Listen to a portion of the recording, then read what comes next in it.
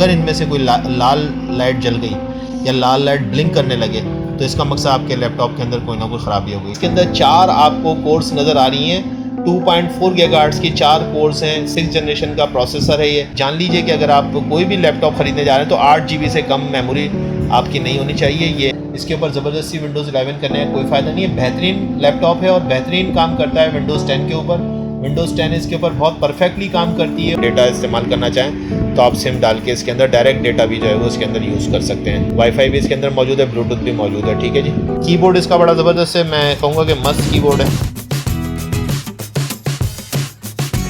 मैं आज आपके सामने जो रिव्यू लेके आया हूँ ये डेल का लैपटॉप है। इसका नंबर है Latitude E5470 और ये आप देख सकते हैं कि इसके अंदर एक USB 3.0 दी हुई है इस साइड पे, क्योंकि ये ब्लू कलर का शेड दे रही है, इसका मतलब ब्लू 3.0 है। इसके साथ साथ यहाँ पे इसके एक विंड एग्जॉस्ट भी दिया हुआ है।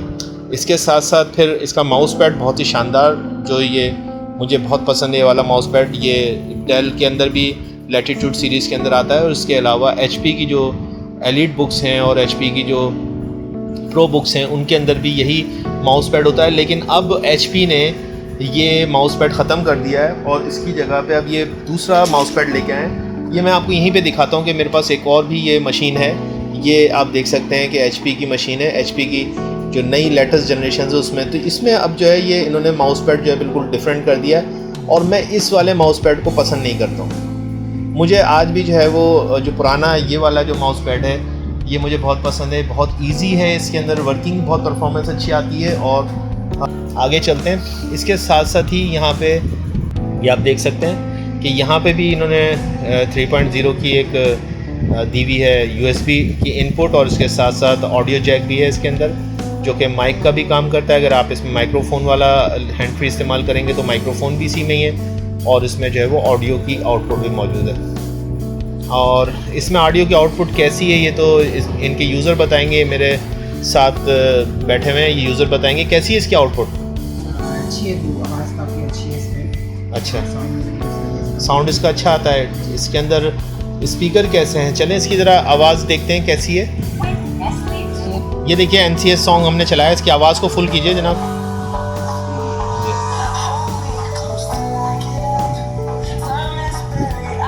तो आवाज़ तो इसकी बहुत खूबसूरत है और इसके जो स्पीकर हैं वो असल में नीचे की साइड पे दिए हुए हैं। ये स्पीकर हैं इसके, ये 2 स्पीकर दिए हुए हैं। और मुझे हमेशा से डेल वालों से शिकायत रही है कि यहाँ पे जब देते हैं, जाहिर सी बात है लैपटॉप का मकसद होता है कि इसको आप अपनी गोद में रखते हैं। लैप का अंग्रेज़ी में मतलब ही गोद का होता है। तो जब ये आप इसको गोद में रखते हैं तो यहाँ से इसकी आवाज़ जो है ये ब्लॉक होनी शुरू हो जाती है। इस मामले में HP के जो जितने भी लैपटॉप्स हैं उनमें इस जगह पे उन्होंने स्पीकर दिए जो कि बेस्ट जगह है। तो ये मुझे लैपटॉप में डेल वालों से शिकायत है। बहरहाल आवाज़ आप सुन सकते हैं कि आ रही है इसके अंदर। और बस मैं ये कहूँगा कि पंखा हमारे रूम में चल रहा है, इसके बावजूद भी मैं बहुत आसानी से इसके वोकल सुन सकता हूँ और अगर कोई डायलॉग्स हैं तो मैं उनको भी बहुत अच्छे से समझ सकता हूँ। तो ये आवाज़ बिल्कुल सही है, मेरे हिसाब से बिल्कुल सही है।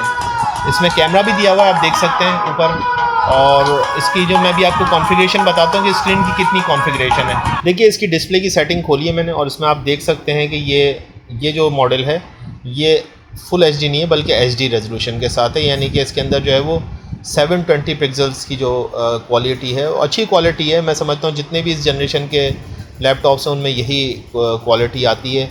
अब जो लेटेस्ट इस वक्त जो जनरेशन चल रही है उसके अंदर यकीनन फुल HD रेजोल्यूशन के साथ ही मौजूद है। और ये आप देख सकते हैं कि इसके अंदर ये बेसिकली 720 पिक्सल्स पे।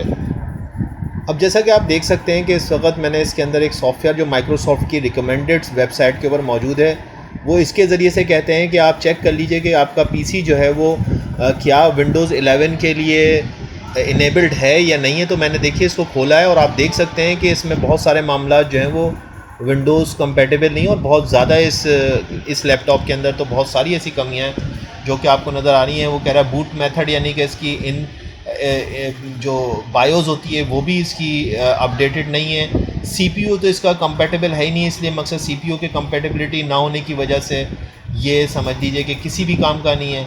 हार्ड डिस्क भी इसकी डिस्क पार्टीशन जो है वो डिस्क पार्टीशन टाइप भी इसकी वो बता रहा है कि वो नहीं है जो कि विंडोज़ 11 के लिए रिकमेंडेड है।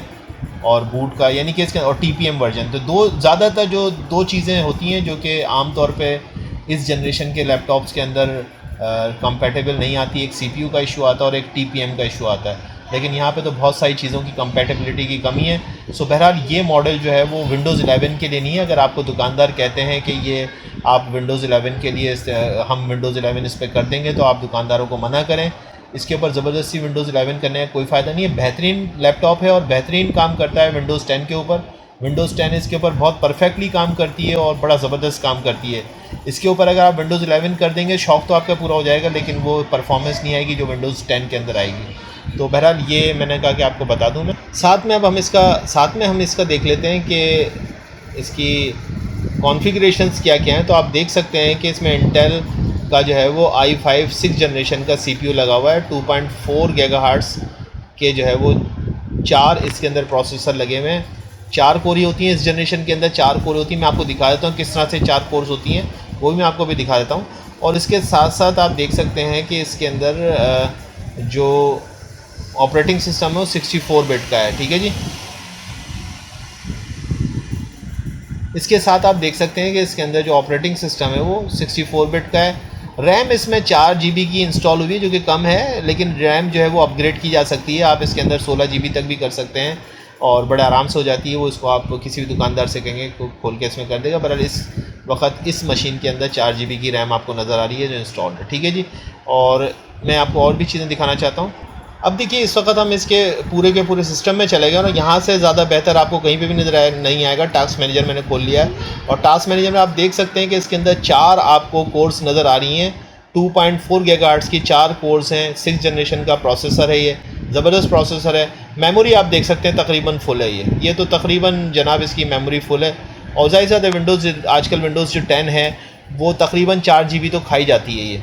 तो ये बड़ी मुश्किल से जो यूज़र चला रहा होगा इसको बड़ी मुश्किल से चला रहा होगा। मैं नहीं समझता कि वो ब्राउजिंग थोड़ी सी भी करता होगा तो ये विंडो इसके अंदर हैंग होनी शुरू हो जाती होगी। क्योंकि आजकल आप जान लीजिए कि अगर आप कोई भी लैपटॉप ख़रीदने जा रहे हैं तो 8 GB से कम मेमोरी आपकी नहीं होनी चाहिए। ये मैं भी आपको रिकमेंड करूँगा और आपको अगर आप इस बात को नहीं मानेंगे तो कुछ दिन बाद आप खुद ही रिकमेंड कर रहे होंगे, ठीक है जी। तो ये इसके अंदर आप देख सकते हैं वाईफाई भी इसके अंदर आपको मौजूद नज़र आ रहा है। इसके अलावा GPU भी आपके अंदर इंटेल HD ग्राफिक डला हुआ है और सारी की सारी चीज़ें आपको स्क्रीन पर नज़र आ रही है। बहरहाल मैंने 4 आपको प्रोसेसर दिखाने थे जो मैंने आपको दिखा दिए। तो ये इसकी ओवरऑल आपके सामने अपीयरेंस है। मैं इसका बैक साइड भी दिखा दूँ। इसका डेल का लोगो इसमें मौजूद नहीं है, इस पर पन्नी चढ़ी हुई है बहरहाल। और ये इसकी बैक साइड है। आप ये देख सकते हैं कि इसके अंदर इस साइड पे VGA की पोर्ट भी दी हुई है। ये LAN की भी इनपुट दी हुई है कि अगर आप इसको इंटरनेट तार के ज़रिए से चलाना चाहें तो वो भी चल जाएगा। इसके अलावा इसके अंदर यहाँ पे HDMI भी दी हुई है और एक USB की तीसरी पोर्ट भी दी है, यानी कि इसके अंदर 3 USB की इनपुट्स दी हुई हैं, ठीक है जी। और इसके साथ साथ आप देख सकते हैं कि इसके अंदर एक सिम भी आप इसमें यूज़ कर सकते हैं इंटरनेट के लिए। अगर आप डेटा इस्तेमाल करना चाहें तो आप सिम डाल के इसके अंदर डायरेक्ट डेटा भी जो है वो इसके अंदर यूज़ कर सकते हैं वाईफाई के अलावा भी, ठीक है जी। वाईफाई भी इसके अंदर मौजूद है, ब्लूटूथ भी मौजूद है, ठीक है जी। यहाँ पे आप देख सकते हैं कि इसके अंदर इंडिकेटर्स भी दिए हुए हैं। ये बीच वाला जो ब्लिंक कर रहा है ये इसका CPU जिस तरह से परफॉर्मेंस दे रहा है उस हिसाब से इसमें से एक जो इंडिकेटर है वो इसके पावर का है और दूसरा जो इंडिकेटर है इसके चार्जिंग का है। जो चार्जिंग की आप जब इसमें पिन लगाते हैं तो ये जल उठता है और उसके बाद जब आप इसकी चार्जिंग की पिन निकाल देंगे तो ये देखिए मैंने चार्जिंग की पिन निकाल दी है तो अब इसका जो एक इंडिकेटर है वो बंद हो गया है। और तीसरा जो है, और ये आप याद रखिएगा डेल के अंदर जितने भी ये इंडिकेटर्स होते हैं इसके अंदर एक चीज़ बड़ी ख़तरनाक होती है कि अगर इनमें से कोई लाल लाइट जल गई या लाल लाइट ब्लिंक करने लगे तो इसका मकसद आपके लैपटॉप के अंदर कोई ना कोई ख़राबी हो गई, ठीक है जी। यही जो इंडिकेटर्स होते हैं अगर ये रेड हो जाए तो फिर इसके अंदर ये ख़राबी की इंडिकेशन यहीं से आती है, ठीक है जी। तो ये भी बड़े इंपॉर्टेंट इंडिकेटर्स होते हैं तो इनको भी आप अपने जहन में रखिए। कीबोर्ड इसका बड़ा ज़बरदस्त है, मैं कहूँगा कि मस्त कीबोर्ड है, बहुत अच्छा है, ईजी टू यूज़ है, नए यूज़र्स के लिए बहुत इंपॉर्टेंट, बहुत अच्छा है। पावर का बटन इसमें दिया हुआ है, ये आपके सामने इस साइड पे कोने पे जो ब्लिंक हो रही है लाइट जल रही है वो इसके अंदर पावर का बटन है।